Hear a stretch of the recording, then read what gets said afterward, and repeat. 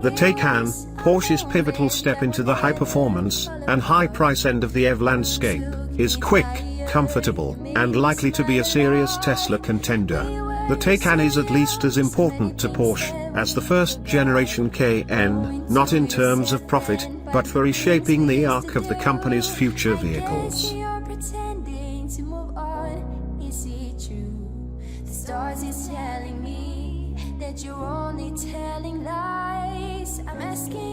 The automaker was determined not to do an electric SUV, and it knew a sports car wouldn't be able to sell in high enough numbers to satisfy global regulatory requirements. So, Porsche landed on a fastback sedan configuration.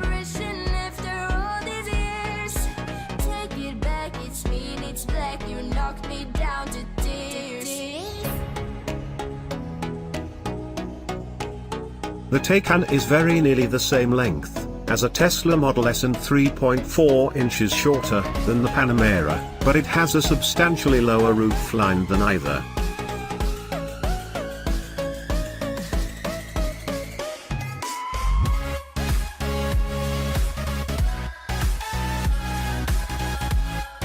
But Tesla certainly deserves credit for doing the very expensive, money-losing research that's proved there's a market for luxury EVs. And sure enough, Porsche had 30,000 orders in hand globally even before the Taycan's public debut.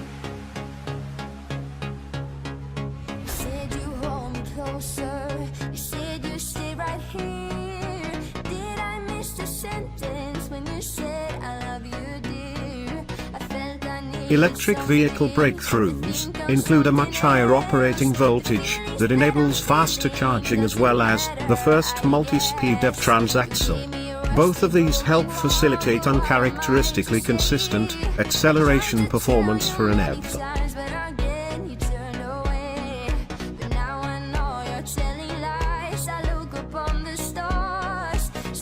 Porsche is sticking with its traditional naming convention, calling these high-power models Turbo and Turbo S even though, obviously, neither has a turbocharger.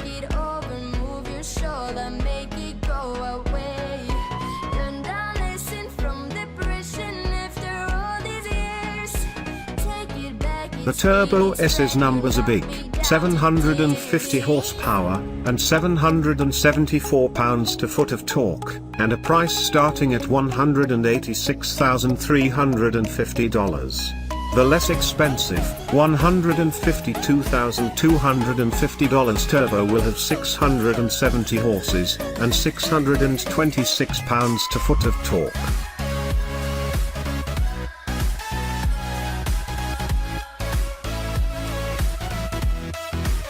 The difference between the two is primarily at the front axle, where the S's larger inverter enables more front motor thrust.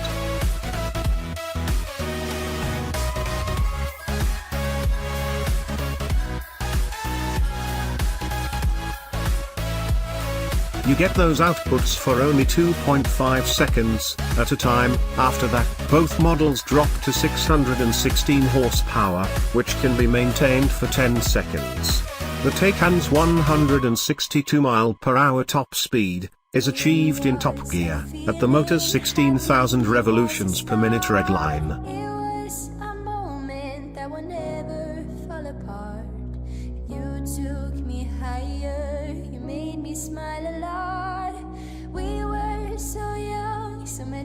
Rather than have a uniform, rectangular battery pack in the floor, Porsche strategically relocated 2 of the 33 modules that make up its 93.4 kWh pack to leave space for rear passengers' feet.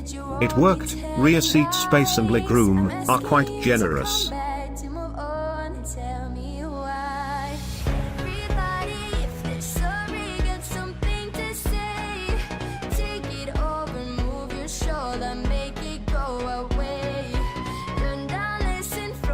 Other interior tricks include a curved 16.8-inch configurable digital gauge cluster, and a 10.9-inch center screen that runs a new infotainment layout, moving to tablet-like squares of selectable functions rather than Porsche's current setup of scrolling menus that we found frustrating.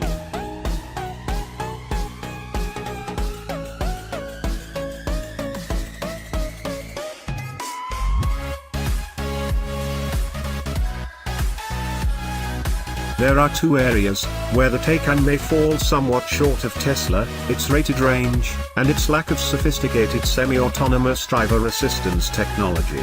There's no official APA range estimate yet, but the European cycle puts the longest range Taycan at 280 miles.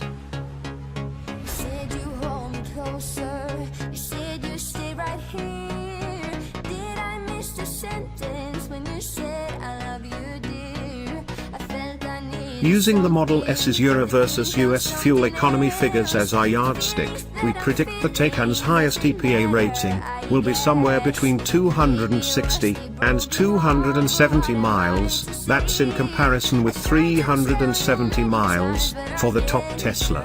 Turbo S models should fall somewhere between 225 and 250 miles.